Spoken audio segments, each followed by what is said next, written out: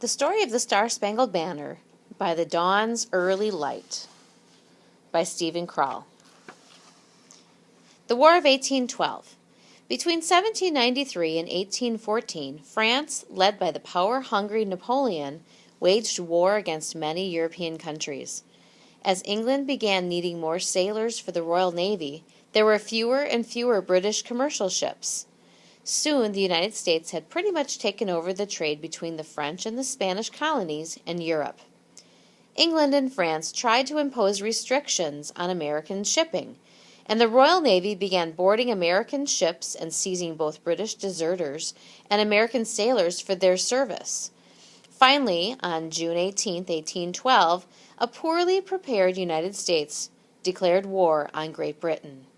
For almost 2 years, there were battles on land and sea. Then, in March 1814, Napoleon was defeated in Europe, and Britain turned full attention to America. On August 18th of that year, British forces reached the mouth of the Patuxent River between the 19th and the 25th. British troops defeated an inexperienced American militia in Bladensburg, Maryland, burned a defenseless Washington, and returned to their ships. The burning of the Executive Mansion, now called the White House, by the British in the War of 1812. August 13th, 1814. Francis Scott Key was a well-known Washington lawyer. He lived just outside the city center in Georgetown, where he was also a lieutenant in the Georgetown Light Artillery. Since the burning of Washington on October 24th, he had been on duty every day. On August 31st, he had only just come home when there was a sharp knock at his door. He flung it open, and there was Richard West, his brother-in-law. "The British have arrested Dr. Beans," said Richard. "He's a prisoner on one of their ships." Francis was outraged. Dr. William Beans was a close friend from Upper Marlborough, Maryland. "But why?" he almost shouted. Dr. Beans was looking after wounded British soldiers. After the army left, 3 stragglers began making trouble. The doctor had them thrown in jail. The British got angry. "Something must be done," said Francis. "A few of us hoped you might use your influence with President Madison."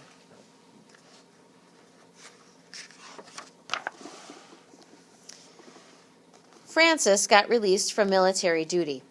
Early the next morning, after a hug from his wife Polly and their 6 children, he mounted his horse and rode into Washington. The smell of burning was everywhere. The Capitol was gone, along with the Executive Mansion. Temporary presidential quarters had been set up at the French minister's house. While Francis walked inside, everyone looked worried.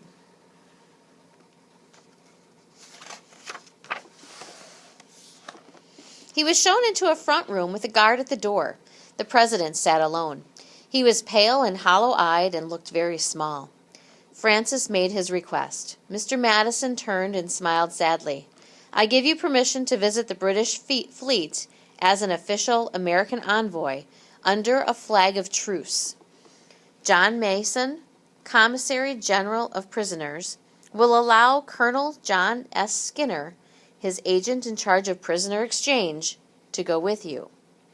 "Thank you, sir," said Francis.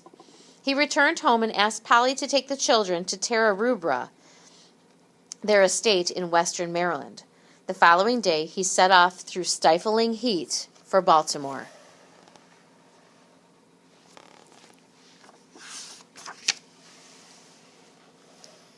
General Samuel Smith was busy preparing his men for the defense of Baltimore and Fort Henry when Francis arrived. Colonel Skinner was there and listened carefully to President Madison's instructions. He mentioned that he knew Dr. Beans personally and had in his possession letters from wounded British officers describing the doctor's kindness to them after the Battle of Bladensburg. He arranged to hire a small boat so he and Francis could sail down Chesapeake Bay to meet the British. By the time Francis and Colonel Skinner were ready to leave, the heat was breaking and a storm was coming up. When it began to pour, they took shelter at a local inn. The rain continued, and it wasn't until September 5th that they were able to sail their small cartel boat with its white flag of truce down the Patapsco River toward Chesapeake Bay.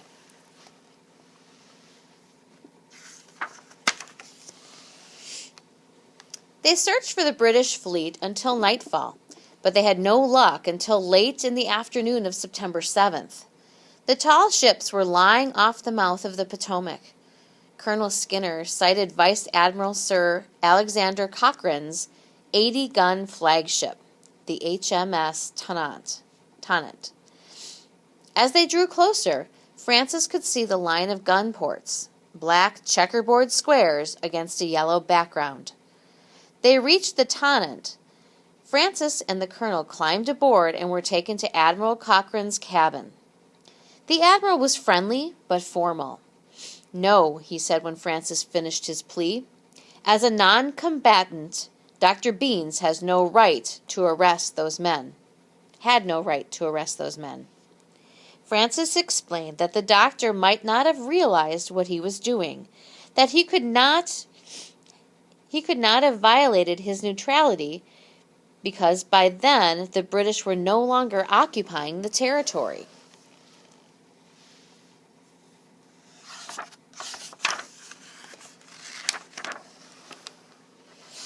The admiral gestured to a midshipman.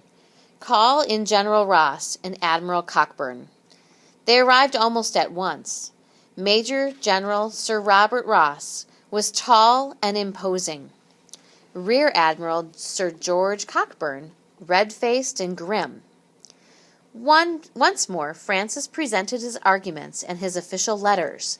This time he stressed the letters of praise for Dr. Beans from the wounded British officers. "A pack of nonsense," said Admiral Cockburn.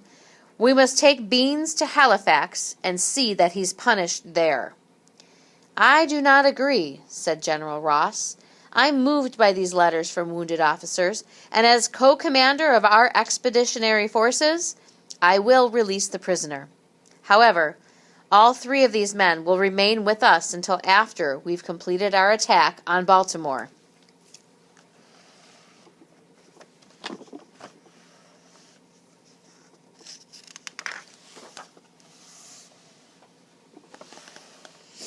Francis and the colonel shared a look of alarm.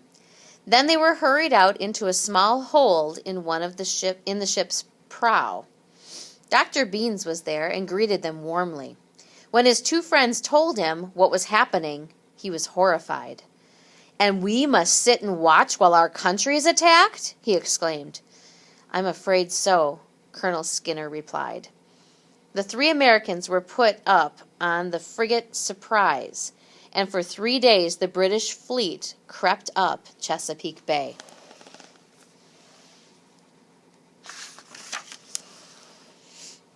Meanwhile, Baltimore was getting ready. Though inexperienced, the militia was on call. The city was ringed by trenches and ramparts built by citizens.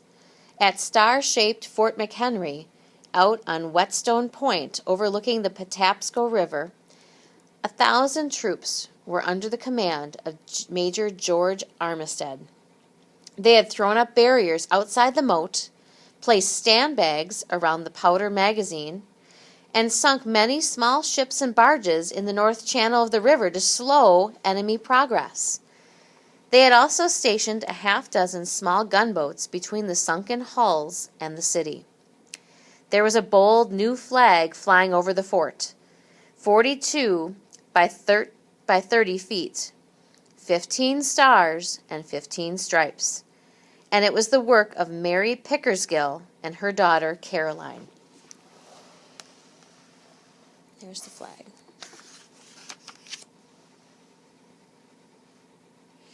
On Saturday, September 10th, the British fleet anchored off the North Point at the mouth of the Patapsco River.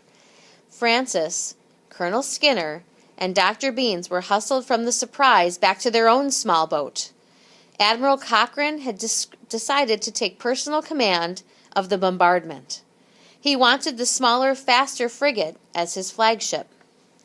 Sunday morning, Baltimore's church bells called the militia to arms. Monday, boats filled with British soldiers in scarlet uniforms began leaving for shore. Francis watched grimly. Things did not look good for the Americans.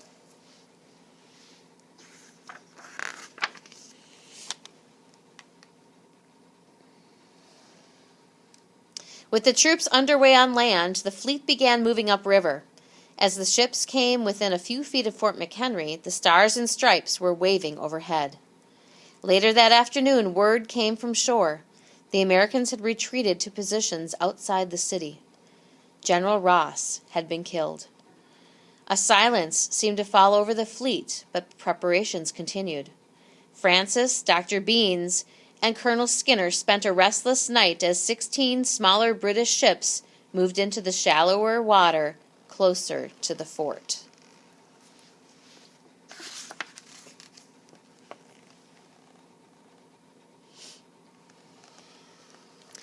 At dawn, the bombardment began. The noise was so great and the smell of burning powder so strong that the 3 hostages were forced to take refuge in their cabin. When the response from the fort seemed to die away for a moment, it became clear that the Americans' 30-pound shells were not reaching the ships. But then the heavy shelling and rocketing began again and went on hour after hour. At dusk, Francis crawled out onto the deck. "Can you see the flag?" Dr. Beans called after him. Francis squinted through the smoke and the din and the glow of the setting sun. "The flag is flying," he replied. There's the flag. Soon after, it began to rain. Thunder and lightning joined the booming of the guns. Very late that night, Francis struggled out on deck again. Though he could not know it at that moment, the British were trying to land 1,000 men at Ferry Branch. An American sentry discovered them, and Fort McHenry began to fire. As the barges fled, every American gun pursued them. The rainy night sky was suddenly lit up, and at that moment Francis could see the flag again. It was soaked now and drooping from its staff, but it was there, still there. By dawn, the rain had stopped and the fight was over. Peering through the clouds, Francis, Dr. Beans, and Colonel Skinner strained to see what flag was flying over the fort.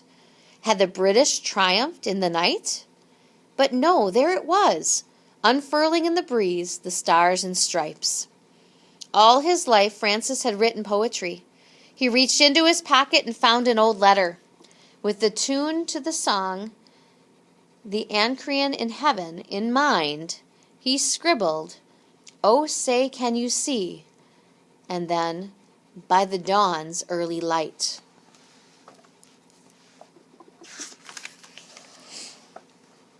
He wrote a few more lines, crossed out a few, but there wasn't much time. Already redcoats were leaving for the ships. The fleet was abandoning the assault. The sails of the little cartel boat were returned to the members of its American crew. By afternoon, Francis, Dr. Beans, and Colonel Skinner were back in Baltimore. Cheering crowds were everywhere. The 3 men went straight to the Indian Queen Hotel on Baltimore Street, rested and had supper. But later that night, Francis finished the 4 stanzas of his poem. The next day, he went to visit his brother-in-law, Judge Joseph Nicholson, who had been at Fort McHenry. Judge Nicholson loved the new poem. "Let's get it printed," he insisted. The judge rushed over to the Baltimore American, but the printers weren't back from defending the fort. A young apprentice, Samuel Sands, agreed to set the verses in type and run off the handbills. Because Francis hadn't thought of a title, Judge Nicholson came up with "The Defense of Fort McHenry." But it wasn't long before everyone was singing what has become known as the Star-Spangled Banner.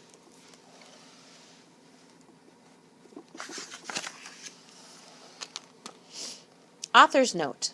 For those concerned with additional detail, it was the fort's storm flag, measuring 25 by 17 feet, that was flying overhead during the battle. The larger flag, the fort's garrison flag, was raised in celebration as Francis Scott Key sailed back to Baltimore. Both flags had been made by Mary Pickersgill.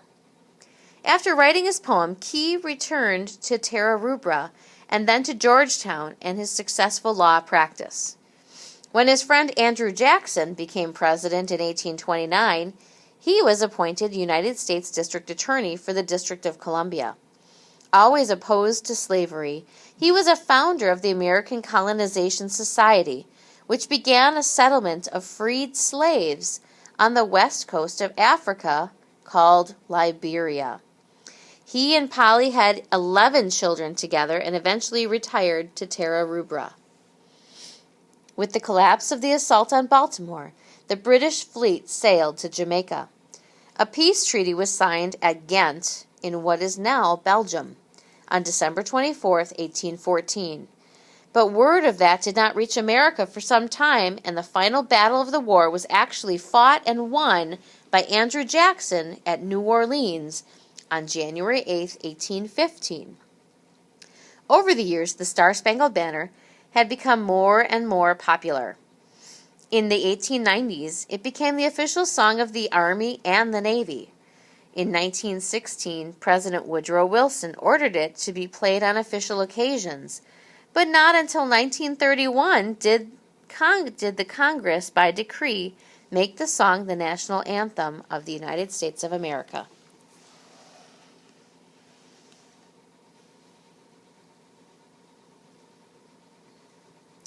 This is a photograph of the original manuscript of the poem that Francis Scott Key wrote in his room at the Indian Queen Hotel on Baltimore Street the evening after he had witnessed the Battle of Baltimore.